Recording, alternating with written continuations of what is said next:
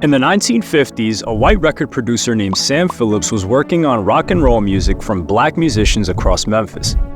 He realized that if he could get a white person to sing this style of music, he'd be a billionaire. He tested this theory with a singer named Elvis Presley, who was an instant success.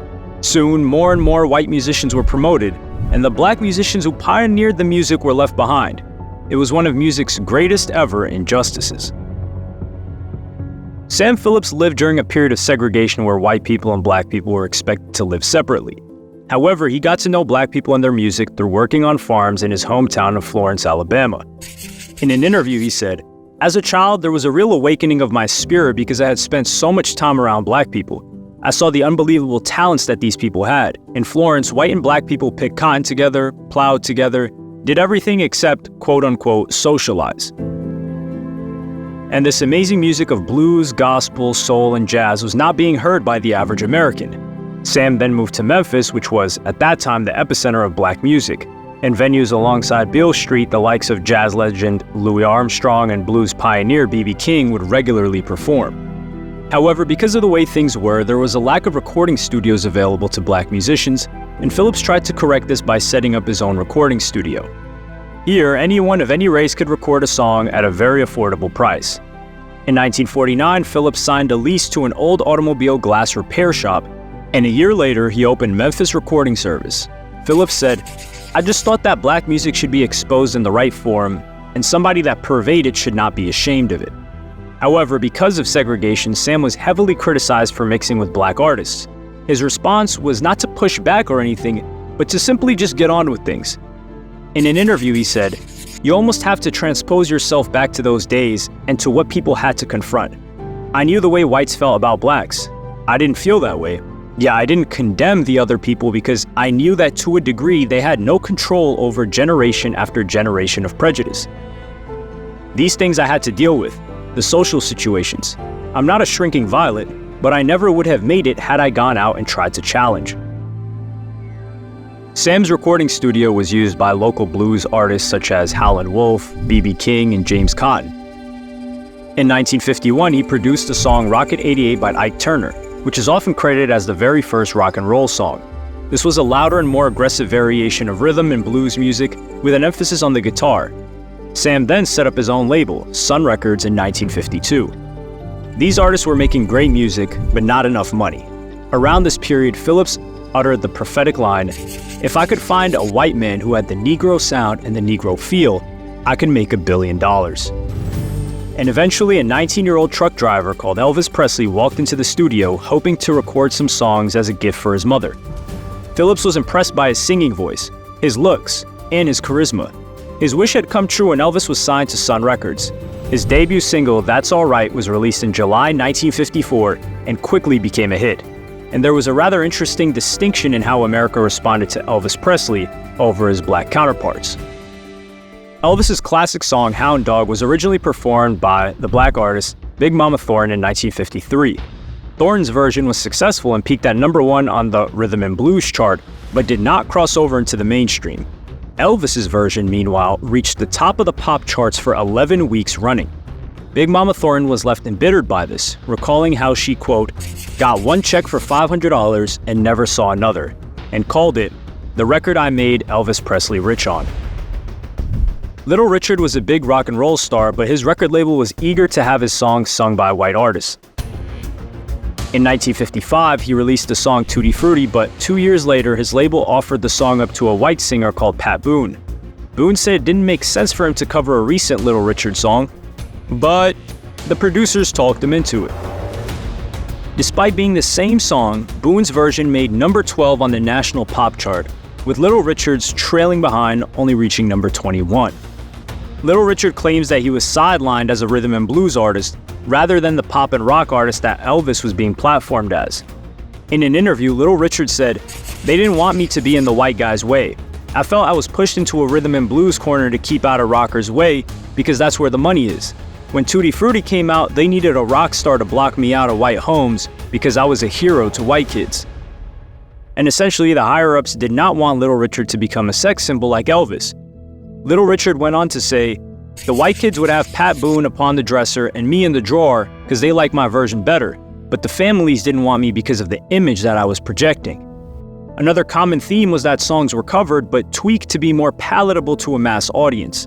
The song Louie Louie by Richard Berry was a B-side in 1957, but in 1963, a cover by the white band The Kingsmen reached number 2 on the Billboard 100.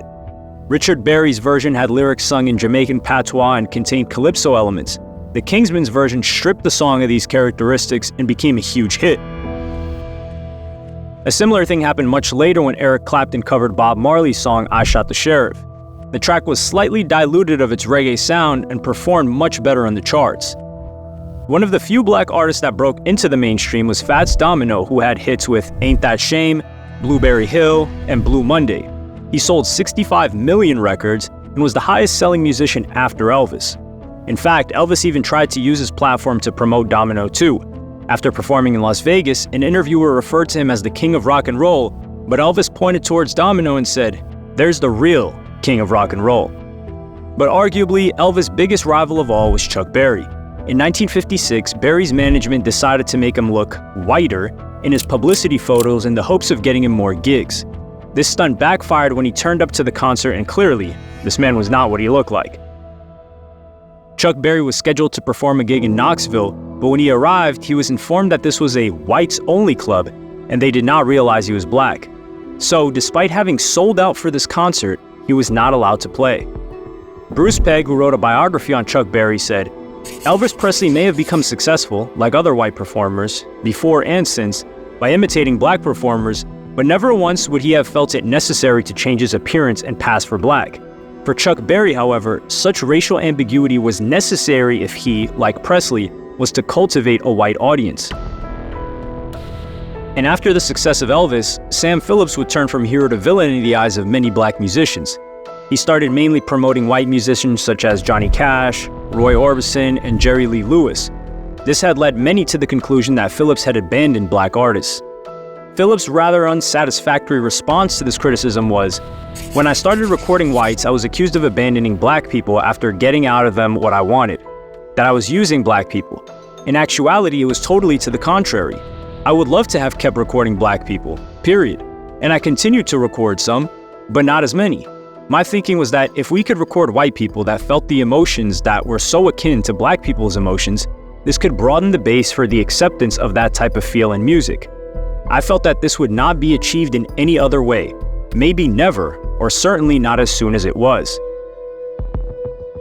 By the 1960s, the Beatles and the Rolling Stones were dominating the charts, and a lot of their early music contained covers from black artists. These artists were their heroes, and they were somewhat aware of how much bigger they had become than them. In 1965, the Rolling Stones refused to play on the American show Shindig unless they could be supported by Howlin' Wolf. Muddy Waters, whose song Rollin' Stone is where the band got its name, was in a weird situation where he was retrospectively becoming popular because of his connection to the Stones. He famously said, "They stole my music, but they gave me my name." When Chuck Berry was being inducted into the Rock and Roll Hall of Fame, Keith Richards gave a speech where he said, "It's very difficult for me to talk about Chuck Berry because I lifted every lick he ever played. This is the gentleman who started it all, as far as I'm concerned." And while these are nice words, the disparity of wealth between the two is something to behold. When Chuck Berry passed away in 2017, his estate was worth $50 million. Not something to scoff at. But whereas today, Keith Richards has an estimated wealth of 10 times that at $500 million. During the 60s, the popularity of Fats Domino was in decline, but in 1968, the Beatles had a hit with Lady Madonna, which was Paul McCartney doing a Fats Domino impression. McCartney said, "Lady Madonna was me, sitting down at the piano, trying to write a bluesy boogie-woogie thing. It reminded me of Fats Domino for some reason, so I started singing a Fats Domino impression. It took my other voice to a very odd place." Ultimately, rock and roll in the 60s was predominantly performed by white musicians, but with one notable exception, Jimi Hendrix. And by this stage in the mid-60s, rock music had gone full circle, where Jimi was accused of ripping off white artists. Music journalist Anthony DeCurtis spoke about this issue and said, "While bands like the Rolling Stones ransacked black musical styles and reaped adulatory reviews, Hendrix was accused of ripping off white artists like The Who, of course, characterized their own music as maximum R&B, derived from black American musicians, many of whom Hendrix had played behind as he was getting his start. In the coming decades, rock music was perceived as a white genre of music. It got to the stage where a record label naively wanted the rock singer Lenny Kravitz to make music that was more in line with his background. Kravitz said, "I was playing music that was rooted in rock and roll, which at the time they thought was white music. Of course, we know that black people invented rock and roll. They thought I should be doing hip-hop or an R&B, and they thought I was talented, but they did not want me to be making that music. They didn't know how to deal with that. So I was offered several deals and I could have taken them, but they would have wanted me to change, have somebody produce me, and I refused." As hip-hop began to grow, there were reasonable concerns that history might repeat itself, especially when Eminem saw unprecedented success in the early 2000s and became hip-hop's Elvis. But Eminem's success was not followed up by other white artists, and instead, the likes of 50 Cent, Lil Wayne, and Kanye West would come to the forefront. Hip-hop, for now at least, and likely for the rest of time, is still firmly attached to its roots. But as for the likes of Chuck Berry, Little Richard, Fats Domino, and others, their legacy is still heavily overlooked. So, if you are a fan of rock music and have never heard of any of these artists, it might help to give them a listen and see where the music you love came from. Make sure to subscribe for more.